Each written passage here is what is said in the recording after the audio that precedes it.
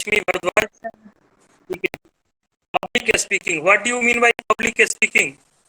Anybody? बोलो लक्ष्मी, तुम ही बोलो. Public speaking.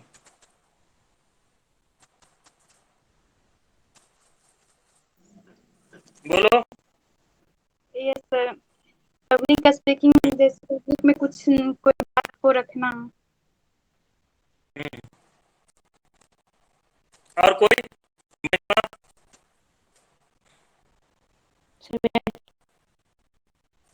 Yes, Srishti. Yes. Act of speaking face to face, like conversation, sir. Okay. Another Speaking student. to a group Jha. of people. Yes. Prem. Who is speaking? Sir, the process of speaking to a group of people. Okay. Everybody is correct. In way, but not you define properly. Generally, what is public speaking? Public को speak करना है, public को deliver करना है, speech करना है. So generally in public speaking, the speaker faces a large gathering audience and substantial information is delivered by the speaker at one time. Whether the audience is homogeneous in character or heterogeneous in character. Homogeneous, it means same age group, same level of qualifications, same genders. Heterogeneous में male females different qualifications के groups, same age group के audience, तो ये हो गया. तो in general चाहता है कि in public speaking the speaker faces large gathering audience. ठीक है. For such occasions, ठीक है, speakers should treat their speech in audio visual aid so that everyone can hear or see whatever presented by the speakers. मतलब audio visual add से जब हम speech को हम ट्रीट कर देते हैं, कुछ दिखाना है तो वहाँ पे विजुअल कुछ दिखाना होगा, तो उसके लिए वीडियो चाहिए. जैसे आजकल डिजिटल पोडियम आ गया, पहले था ओवरहेड प्रोजेक्टर था, एलसीडी था. एलसीडी इससे पहले 15 साल पहले एलसीडी समझ रहे हो ना सर? एलसीडी समझ रहे हो? Yes sir. क्या होता है फुल फॉर्म? एलसीडी का फुल फॉर्म ओके. तो उससे हमको ट्रीट कर देना है जिससे कि जो बैक बेंचर है या बैक सीटर है उसको पूरी तरह से आवाज सुनाई दे. जो भी चीज प्रेजेंट कर रहा है वो फिगर के माध्यम से, ग्राफ के माध्यम से या फोटोग्राफ कुछ दिखाना चाह रहा है तो उसको सभी बैक सीटर्स या बैक बेंचर्स को दिखाई दे. तो speaker speech visual aid so that every can hear or see the presentations. ठीक है. Public speaking is delivering a speech from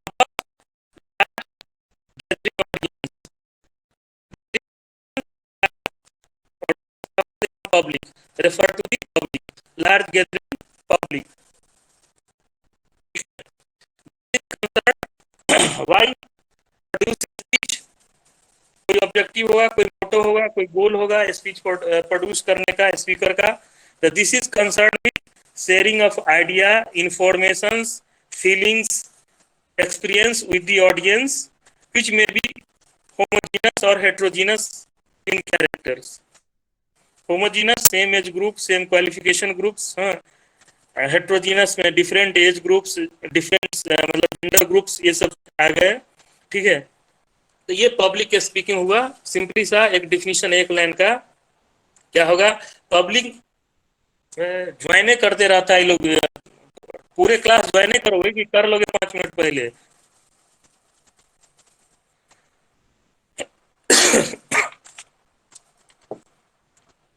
क्या जी 2 मिनट दे और ज्वाइन करने के लिए, बीच बीच में सब ज्वाइन. ठीक है. तो public King is delivering a speech in front of large gathering audience, whether the audience is heterogeneous or homogeneous in characters. Simple एक लाइन का डिफिनीशन हो गया. अब टेक्निक इन्वॉल्विंग पब्लिक स्पीकिंग, क्या क्या टेक्निक इन्वॉल्व है पब्लिक स्पीकिंग के लिए. while producing the speech by the any individuals or any speakers, there are some techniques which must be follow. ठीक है, तो पहला है कि जब हम स्टार्ट करेंगे स्पीच देना तो क्या करेंगे, ग्रीटिंग द ऑडियंस. ऑडियंस को हमको ग्रीट करना है, ग्रीटिंग द ऑडियंस. जैसे कि स्टार्टिंग में हम लोग कहते हैं ना, good morning everybody, at the time at the moment, हम उस देख करके हम उसी को बोलते हैं good evening everybody, good morning, good afternoon, नमस्कार, नमस्ते, जो भी बोलना हो वो हम बोलते हैं. तो ग्रीटिंग दी ऑडियंस, ऑडियंस को हमको ग्रीट करना है. ठीक है, इससे पहले ये तो स्टार्टिंग में हो गया, लेकिन स्पीच को प्रोड्यूस करने से पहले हमको सबसे पहले क्या करना है कि टॉपिक को सिलेक्ट करना है. Selection of topic, the first step in formal speech making is to determine the topic of presentations, है ना. ये पहला स्पीच है, क्योंकि जो पब्लिक स्पीकिंग जो होता है वो फॉर्मल स्पीकिंग है, उसमें कन्वर्सेशन नहीं होता है. टू वे कन्वर्सेशन होता है, लेकिन उसका परसेंटेज बहुत कम होता है, जनरली 15 to 20%. ठीक है ना.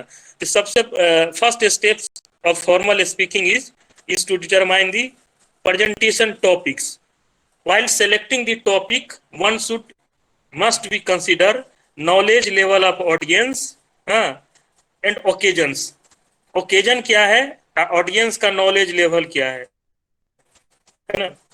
नॉलेज लेवल मतलब कि किस नॉलेज लेवल के, मान लो कि एग्रीकल्चर के ऑडियंस है जो फार्मर्स है, तो वो फार्मर्स का नॉलेज जो होगा, मान लो कि हाई स्कूल लेवल का जनरली नॉलेज माना जाता है कि फार्मर के पास होता है. अब कोई स्पीकर स्पीच दे रहा है जा करके, कोई मान लो कि इंटीग्रेटेड फार्मिंग के बारे में, जीरो बजट फार्मिंग के बारे में, या पेस्ट मैनेजमेंट के बारे में, डिजीज कंट्रोल के बारे में, वीट कंट्रोल के बारे में, वो टेक्निकल टर्म ज्यादा यूज करेगा तो फार्मर को समझ में नहीं आएगा. तो ओकेजन क्या है, level of knowledge of audience क्या है, it will depends, topic selection will be depends, या topic under the topic content selection will be depends on the nature of the knowledge, nature of the audience or occasion of the audience. ठीक है. दूसरा है organisation of presentations. अब जो speaker जो है अपना स्पीच जो प्रोड्यूस करेगा उसका ऑर्गेनाइजेशन, प्रेजेंटेशन. तो there are 3 levels. Speaker should organise their presentation in 3 levels. First one introduction parts, then body, then last में कंक्लूजन. ये एग्जाम में जी, इंट्रोडक्शन, बॉडी, कंक्लूजन. स्पीकर का प्रेजेंटेशन क्या होगा, इंट्रोडक्शन पहला, प्रेजेंटेशन प्रोडक्ट, इसके बाद उसका होता है डिटेल्स, होता है डिटेल्स ऑफ द टॉपिक्स, होता है conclusion, summary of the presentation last में.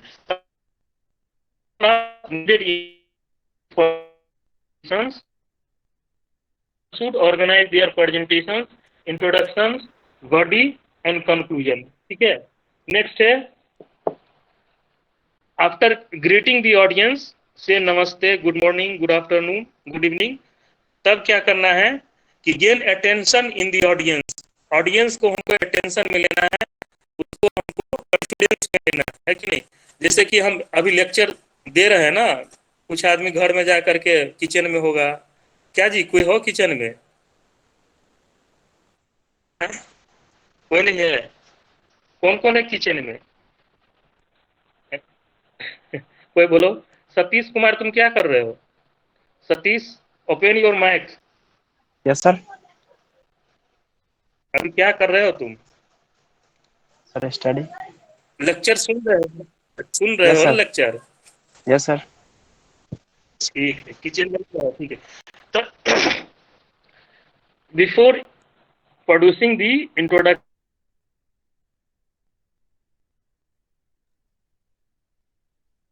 सर आवाज नहीं आ रही।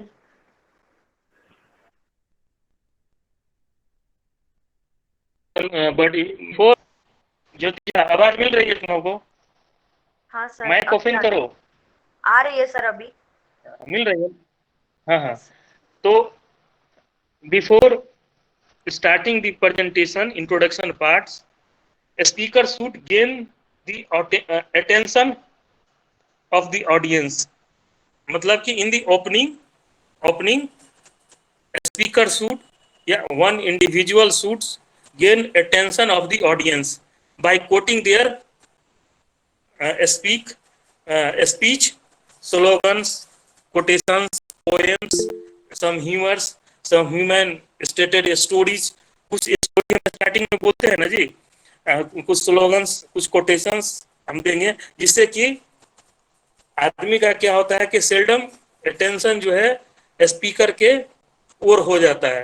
कोई कोटेशन दे, कोई स्लोगन दे, कोई पोएम करे, कोई स्टोरी हम बताना शुरू करे, कोई स्पीकर, तो उसका अटेंशन जो है ऑडियंस का अटेंशन स्पीकर के ओर हो जाता है। तो in the opening gain attention of the audience, ठीक है, by putting their speak in quotation, slogans, human stated stories, poem, जो भी चीज जिसको आता है वो अपना करके, कोई गाना गा के कुछ करके म्यूजिक से अटेंशन ले लेना, ठीक है क्या?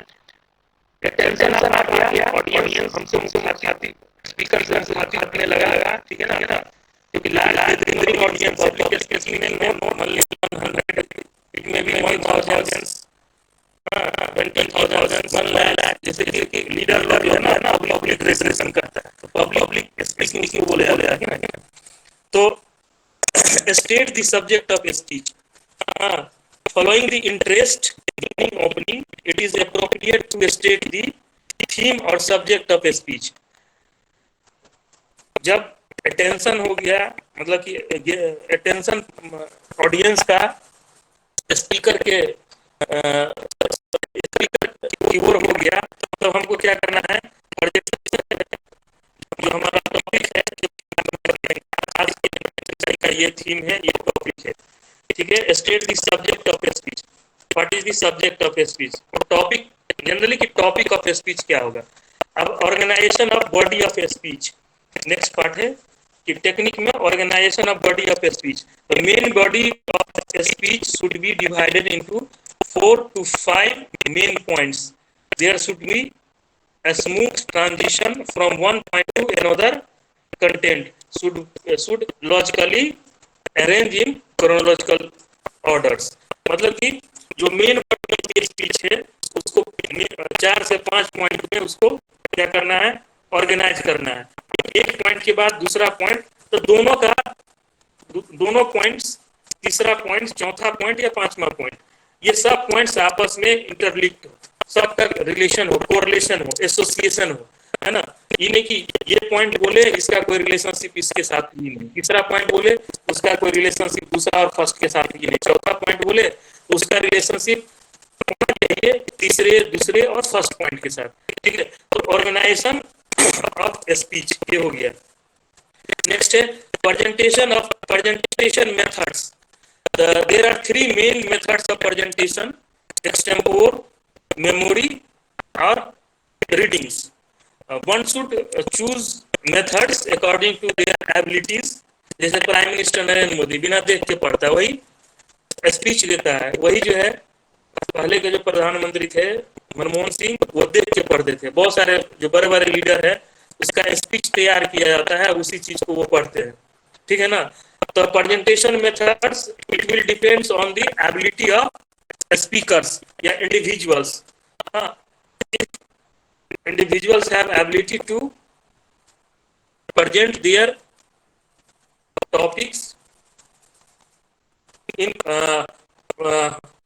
टॉपिक्स विथ मेमोराइजिंग, याद के आधार पे, यादगारी के आधार पे, तो वो अपना यादगारी के आधार पे दे सकता है। यदि रीडिंग करना है तो पहले से उसका भाषण तैयार होगा, उसको वो पब्लिक से आई कांटेक्ट रखते हुए उसको वो प्रेजेंट करेगा।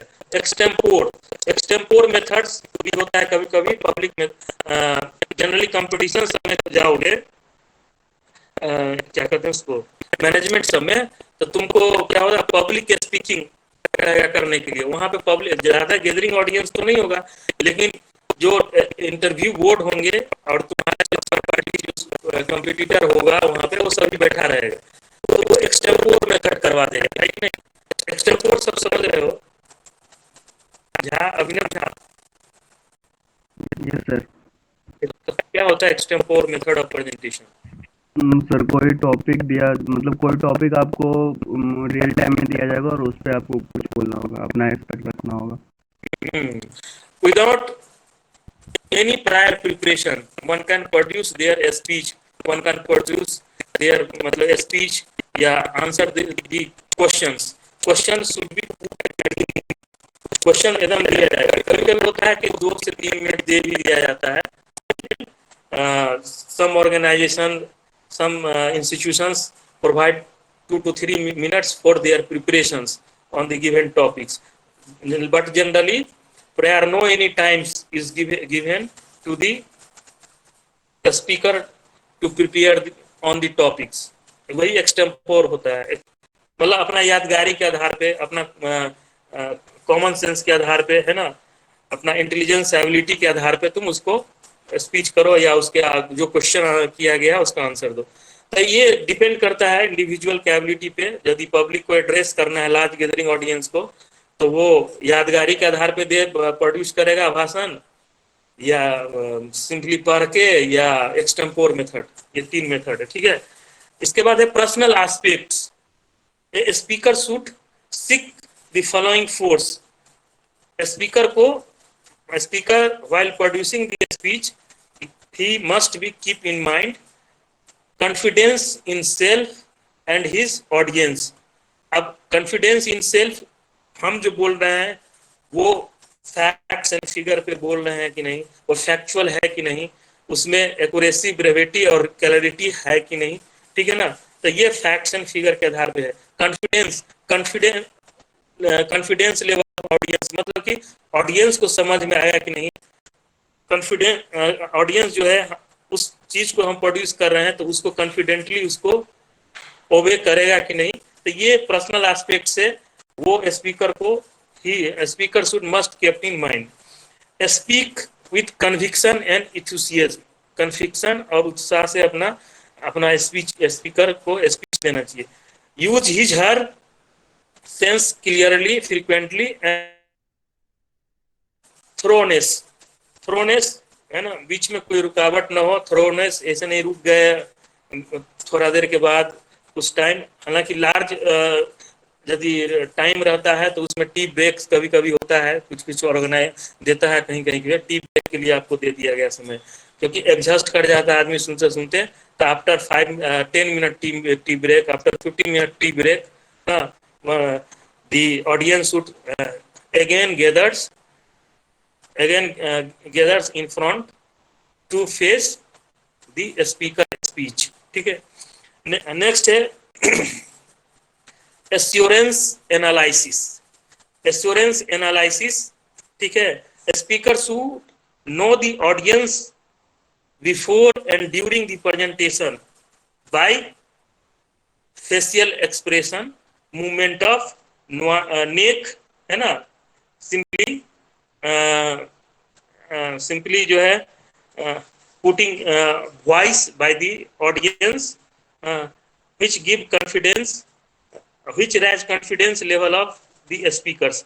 जैसे कि हम स्पीच दे रहे हैं, मान लो तुम लोग के साथ फेस टू फेस कन्वर्सेशन होता है, वहां पे हम स्पीच देते, तो तुम लोग गर्दन को मूवमेंट करते कि नहीं, कि हाँ, मुंह तो कुछ आवाज निकलता है, हाँ जी सर, यस सर, इस तरह से मूवमेंट होता है। फेशियल एक्सप्रेशन, है ना, गर्दन को झुलाना, अपना फेस को जो है ऊपर नीचे करना या दाएं बाएं करना, इससे एक कॉन्फिडेंस लेवल डेवलप होता है स्पीकर को कि हम जो प्रोड्यूस कर रहे हैं स्पीच वो सुन रहा है ना, नहीं तो लगता है कि वो बोरिंग महसूस कर रहा है, वो सो रहा है। क्या जी ज्योति झा, यस हम बोल रहे बोरिंग लग रहा होगा ना?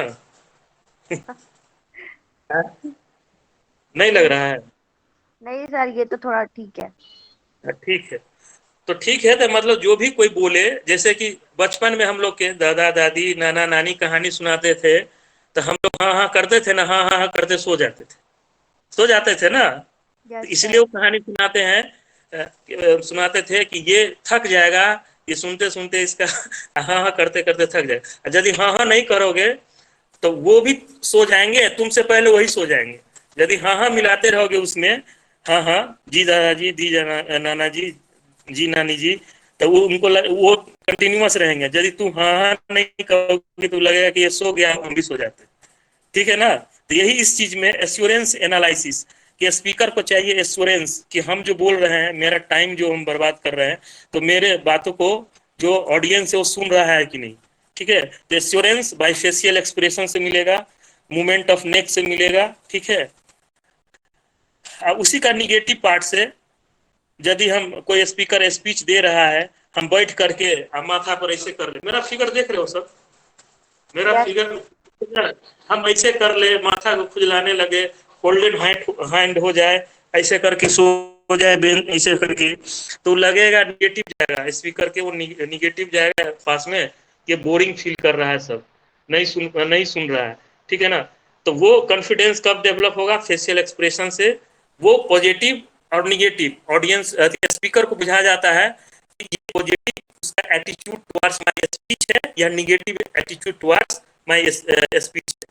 वो स्पीकर को समझ में आ जाता है उसके बॉडी के जेस्चर और पोस्चर से। आप कोई बैक पे पीछे पे हाथ देकर कैसे खड़ा हो गया, ऐसे खड़ा हो गया, ऐसे सुन रहा है, मान लो खड़े खड़े सुन रहा है तो सुन रहा है, बैक में फोल्डेड हैंड करके, कोई ऐसे करके कर लिया सुन रहा है कि नहीं, कोई जेब में ऐसे खड़ा हो गया, ऐसे करके जेब में हाथ जाके खड़ा है, मतलब खड़ा जो है टेंशन की मुद्रा में खड़ा है तो ठीक है, ऐसे करके सुन रहा है तो ठीक है।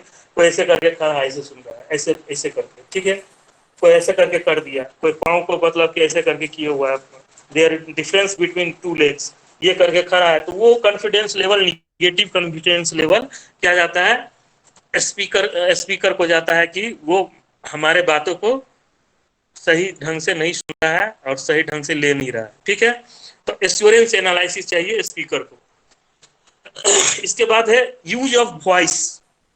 पब्लिक स्पीकिंग में यूज ऑफ वॉइस का there is must important things while producing the speech. One must be concentrate on their voice. तो यूज ऑफ वॉइस क्या होना चाहिए? Good voice is a requirement for good speaking. लेकिन क्या होता है कि there are 4 faults affects the speaker voice. 4 faults क्या है? Lack of variation of speech. अब वेरिएशन ऑफ स्पीच, हम जहां पे जोर दे के बोलना है जिस शब्दों को, जिसमें क्लाइमेक्स हो, जिस पॉइंट पे, जिस कंटेंट पे क्लाइमेक्स हो, उस पे तो हम जोर दे के बोलेंगे।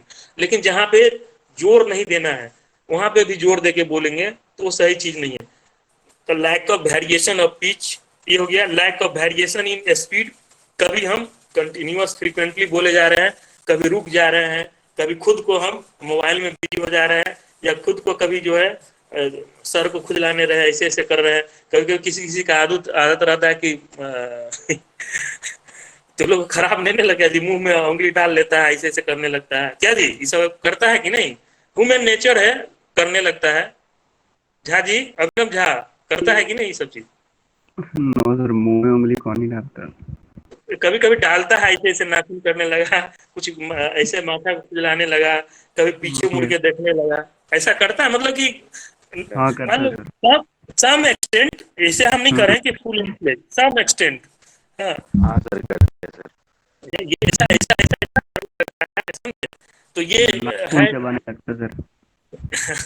तो ये सब चीज को अवॉइड करना चाहिए, ये सब चीज को नहीं करना चाहिए। ठीक है ना, स्पीकर को नहीं करना चाहिए। A lack of vocal emphasis and in unpleasant voice quality। अब किसी का आवाज स्टैमरिंग है, तुतलाता है, या जैसे हम लोग के साथ एक प्रोफेसर है, उसको हम लोग लता मंगेशकर कहते हैं, थोड़ा उसका आवाज पतला है लड़की की तरह, तो अनप्लेजेंट वॉइस क्वालिटी है, तो वो क्लास में बच्चा लोग भी हंस देता है, उसका आवाज है थोड़ा पतला सा है आवाज, तो लगता है, तो ये थोड़ा सा ये करता है, निगेटिव ले लेता है, ऑडियंस ले लेता है निगेटिव, थोड़ा सा वो डिस्टरबेंस पैदा होता है उस, मान लो कि थोड़ा सा बीच में हिंड्रेंस आता है इन सब चीजों से, ठीक है। अब कंक्लूजन, लास्ट में हमको क्या करना है टेक्निक में, conclusion. Usually it is effective to bring the speech to a climatic close that is make it the high point of speech. Climatic या climax close, ये दोनों सेम चीज है, क्लाइमेटिक और क्लाइमेक्स क्लोज। अब वहां जब क्लोज कर रहा होता है, समराइज कर रहा होता है स्पीच को, है ना, तो आदमी क्या होता है, सब कंसंट्रेट होकर देखने लगता है, जितना भी ऑडियंस रहता है कि ये लास्ट मूवमेंट है, उसको सुन लो, लास्ट चीज को समराइज होकर के। तो ये कंक्लूजन जो है, कंक्लूजन पार्ट भी बहुत ही इंपॉर्टेंट है, क्योंकि पूरे प्रेजेंटेशन का एक ब्रीफ समरी वहां पे एबीसी के फॉर्म में, एबीसी के फॉर्म में, it means ABC accurate, brief and clarity के फॉर्म में वहां प्रेजेंट कर रहा होता है स्पीकर। इसीलिए कंक्लूजन में दोनों, मतलब कि दोनों को, ऑडियंस को भी पूरा सतर्क रहना है, अटेंशन रहना है, और स्पीकर को भी पूरा अटेंशन में होके प्रोड्यूस करना है, क्योंकि कोई भी पार्ट जो है ना उसमें उसका जो है ब्रीफ समरी में छूटे नहीं, ठीक है। नेक्स्ट है कि principle of public speaking. There are some basic principles of public speaking. In general, as a extension worker, if you face the farmers and produce a speech, you must be follow this principle while producing the speech on the कोई भी certain topics, कोई भी हो सकता है। तुम मान लो कि कल को ग्रेजुएट होकर फील्ड में काम करोगे, क्योंकि हम लोग का जो फार्मर से कंसर्निंग है, तो हम लोग को भी फार्मर को फेस करना पड़ता है, हम ही लोग ट्रेनिंग में जाते हैं तो फेस करना पड़ता है। तो फार्मर का there are so many problems at a times, farmer रख देगा। हमको whatever the best solution या best alternative available at the particular moment, at the particular village, उसी को ध्यान में रख के उसको सॉल्व करना है। क्योंकि हम एज ए साइंटिस्ट, यहाँ तो हम साइंटिस्ट है, लेकिन तुम गवर्नमेंट के जॉब में जाओगे तो तुम यदि क्या करोगे, यदि फॉल्स एश्योरेंस दे दोगे, गलत एश्योरेंस दे दोगे, तो तुमको अगले दिन गाँव में अपना मुश्किल हो जाएगा। तो ये सब चीज आता है इसमें। कि नेक्स्ट है कि प्रिंसिपल जो एक्सटेंशन एजुकेशन में भी तुमको ऐसे ही फॉलो करना है। तो पहला सबसे पहले है कि सबको तो स्टेज पे जाने से, पोडियम के पास जाने से डर लगता है ना जी। हम ही लोग यहाँ पे आए थे, शुरू में ज्वाइन किए थे, दूसरे जॉब में थे, यहाँ ज्वाइन किए थे, तो यहाँ पे जब पढ़ाने के लिए आए थे तो डर लग रहा था कि सेम एज ग्रुप का लड़के था क्लास में, ये थोड़ा सा लग रहा था। तो यहाँ पे क्या है, एवॉइड स्टेज फ्राइट, हमको डर को भगा देना है, कि हमको ये समझ लेना है कि सामने वाला जो है हमसे बहुत कम जानता है, तभी हम प्रेजेंट कर पाएंगे। हम जो बता रहे हैं वो हम सही बताने जा रहे हैं, सामने वाला कुछ क्वेश्चन करेगा तो उसका हम जवाब देंगे, ठीक है। पहले है डर जाएंगे कि सामने वाला क्या कहेगा, सामने वाला क्या सोचेगा, तो हम प्रेजेंट नहीं कर पाएंगे कुछ, ठीक है। तो बोल्डली होकर के हमको डर नहीं करना है पोडियम पे जाने से या स्टेज पे जाने से, ठीक है। तो डरना नहीं है, जो होगा सो हम उसको फेस करेंगे, लेकिन यदि हम नहीं जानेंगे उस चीज को तो फिर हम उसको हम सॉरी करके वहां से निकल जाएंगे, या कोई फॉल्स या कोई गलत कमिटमेंट या गलत कोई चीज हम बता करके नहीं आएंगे। लेकिन हम डरेंगे नहीं, हम बोल्डली फेस करेंगे ऑडियंस को। तो अवॉइड स्टेज फ्राइट पहला प्रिंसिपल है, ठीक। दूसरा है remember that public speaking is not utterly different from conversation. तुमको ये समझ लेना है कि जैसे हम कन्वर्सेशन दोस्तों के साथ करते हैं, हॉस्टल में करते हो ना दोस्त के साथ, है कि नहीं, तो उसी तरह का कन्वर्सेशन ये है। लेकिन ये one way, generally one way conversation होगा, but there is scope of 15 to 20% in two way conversations. Class में तुम ही लोग सब रहते हो तो सब तो क्वेश्चन नहीं पूछते हो, जनरली यही मान के लोग चलता है कि सब नहीं पूछेगा, 15 से 20% लड़के क्वेश्चन पूछेंगे। उसी तरह पब्लिक स्पीकिंग में 15 से 20% आदमी क्वेश्चन को मतलब कि रेज करेंगे, कोई प्रॉब्लम या कोई उनको समझ में नहीं आएगा तो उस पॉइंट को रेज करेंगे तो उनका आंसर दिया जाएगा। तो जनरली ये समझ लेना चाहिए कि सिंपली ये कन्वर्सेशन से हाँ, ये कोई क्या कहोगे उसको, किसी तरह का ये ऐसा मूवमेंट नहीं है जिसको हम प्रेजेंट नहीं कर सकते हैं, ठीक है। एक्सपीरियंस विल डेवलप कॉन्फिडेंस, ये कॉन्फिडेंस पहले बार, दूसरे बार, तीसरे बार, चौथे बार से डेवलप होगा। पहले थोड़ा सा हेजिटेशन होगा, हाँ, स्टेज पे जाने से, दूसरे बार में कम होगा, तीसरे बार, जैसे कि हम लोग रिफ्लेक्स एक्शन से बाइक चलाते हैं ना, कार चलाते हैं ना, बाइक कार ये सब रिफ्लेक्स एक्शन से, तो पहले दूसरे तीसरे बार में थोड़ा थोड़ा दिक्कत होता है ना, ब्रेक लेते हैं तो क्या कहते हैं उसको, एक्सीलेटर पे चला जाता है, तो वो थोड़ा सा एक्सीडेंट होने का चांस रहता है पहले दूसरे तीसरे बार जब हम चलाते हैं। लेकिन धीरे धीरे कॉन्फिडेंस डेवलप हो जाता है, तो ये रिफ्लेक्स एक्शन ऑटोमेटिक जो मेरा पाँव है ब्रेक पे चला जाता है, इसी तरह स्पीक में ऑटोमेटिक मेरा डेवलप हो जाएगा। बाद में सामने वाला सुनेगा भी, उनको किसी चीज पे डाउट होगा, तो बाद में वो आदमी वो डाउट को क्लियर हमसे कर लेगा या स्पीकर से कर लेगा, ठीक है। तो experience will develop confidence. Keep up keep head up before starting to speech and the audience is eager to hear speaker।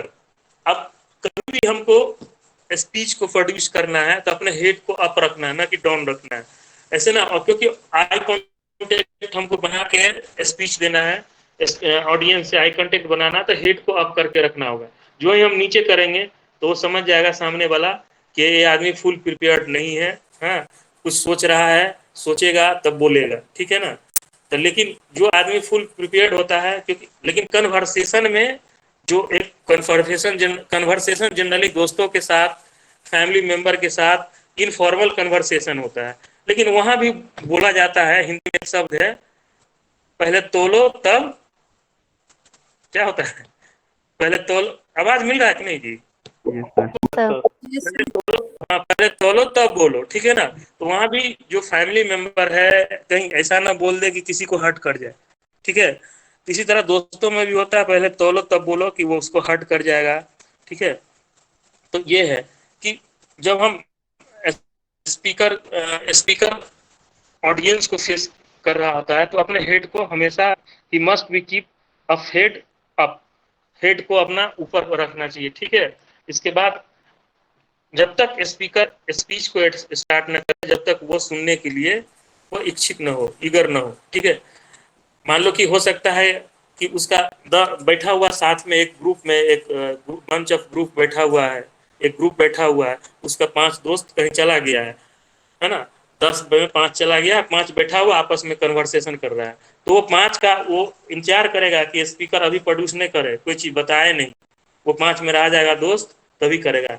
वो तुमको डिस्टर्बेंस टाइप का लगेगा या डिस्टर्बिंग, वो लगेगा कि वो जानबूझ के नहीं करेगा ऐसा, लेकिन वो ऐसा कन्वर्सेशन करते रहेगा। लेकिन 10 दोस्त एक साथ आ जाएगा तब लगेगा कि हाँ हमको जो स्पीकर है उसको हम फेस करें, ठीक है।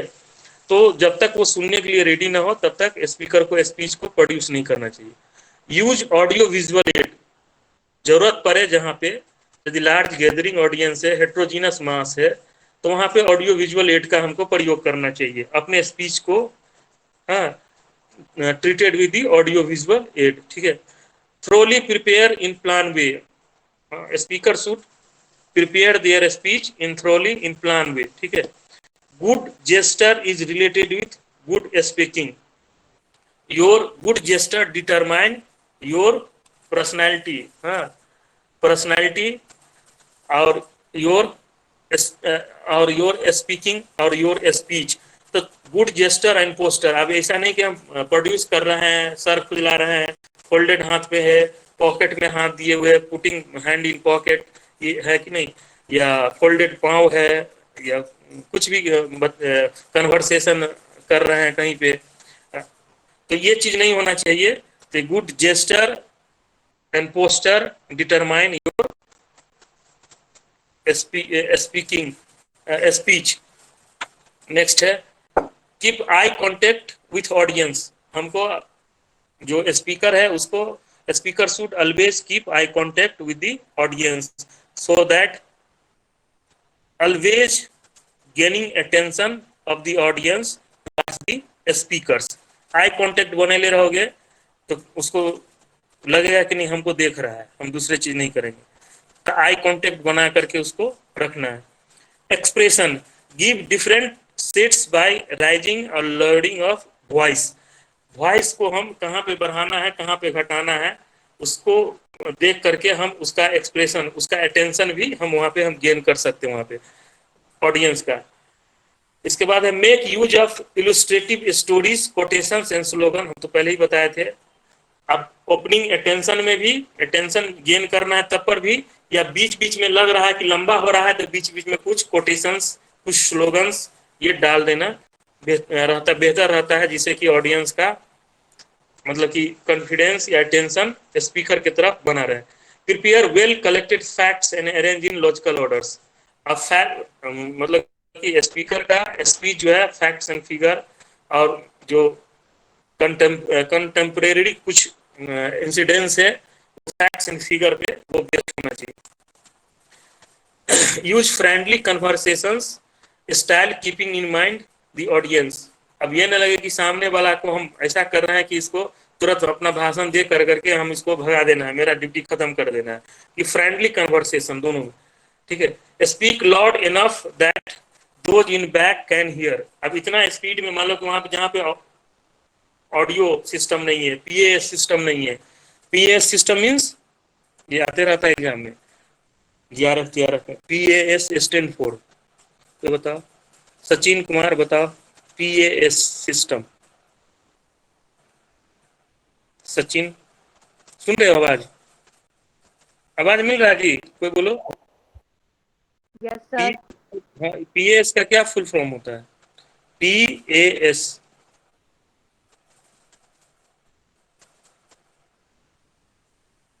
बोलो।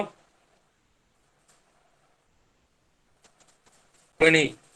महिमा कुमारी बोलो तुम। Jyoti Jha 123। Public address system. Okay, हाँ पब्लिक एड्रेसिंग सिस्टम। तो वो है पब्लिक एड्रेसिंग सिस्टम्स।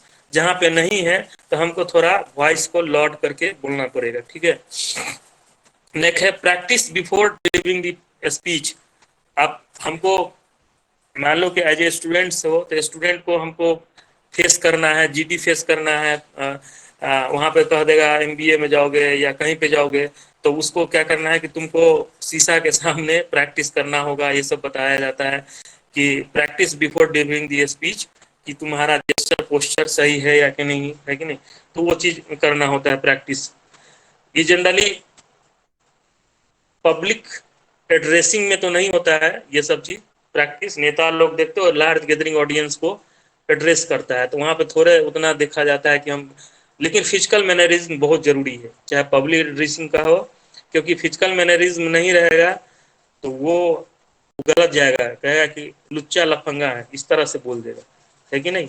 तो फिजिकल मैनरिज्म बहुत जरूरी है। इसके बाद speaking from memory is good than reading, है कि नहीं। यदि मेमोरी के आधार पे कोई आदमी अपना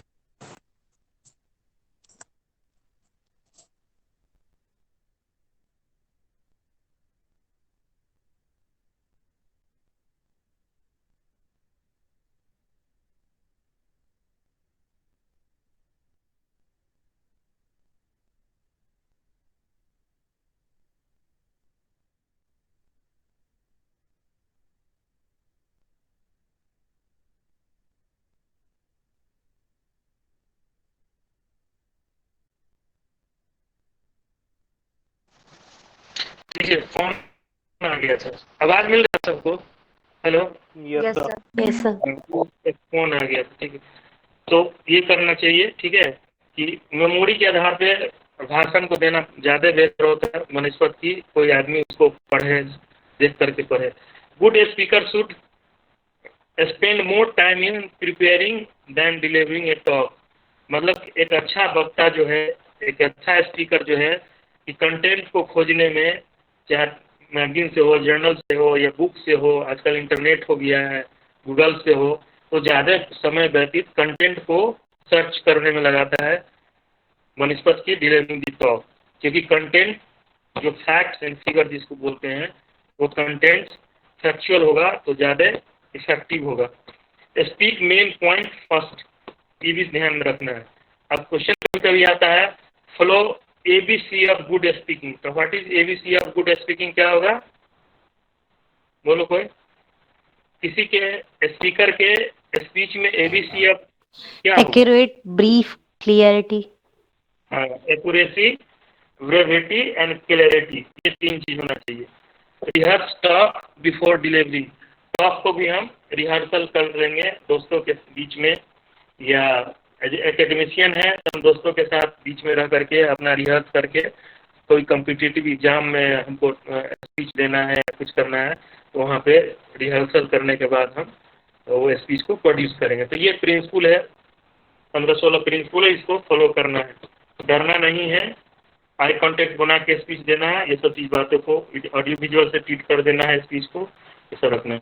अब क्वेश्चन आते रहता है शॉर्ट नोट्स में कभी कभी, difference between public speaking and conversation, क्या होगा जी? पब्लिक स्पीकिंग और कन्वर्सेशन में क्या अंतर होगा, बताओ कोई? पब्लिक स्पीकिंग वन वे और conversation two way communication.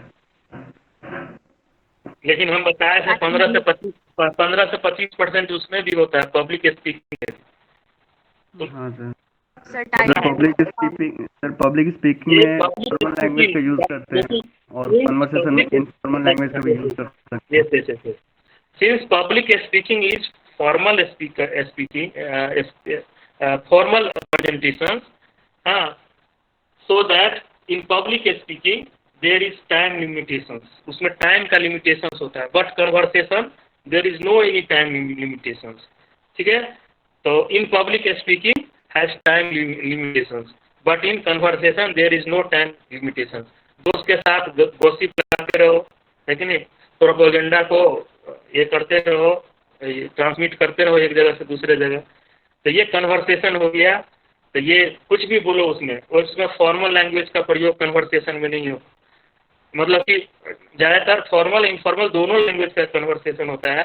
Generally hostel में कन्वर्सेशन करते हो तो मुंह से कभी कभी यूजिंग वर्ड्स भी निकल जाता है ना, लेकिन ये फॉर्मल जो कन्वर्सेशन होगा पब्लिक स्पीकिंग के बीच, यूजिंग वर्ड्स तो नहीं निकलेगा, नहीं निकलेगा जी। तो ये कन्वर्सेशन में ये चलता है, मतलब टाइम लिमिटेशंस नहीं है, बस पब्लिक स्पीकिंग में टाइम लिमिटेशंस होता है।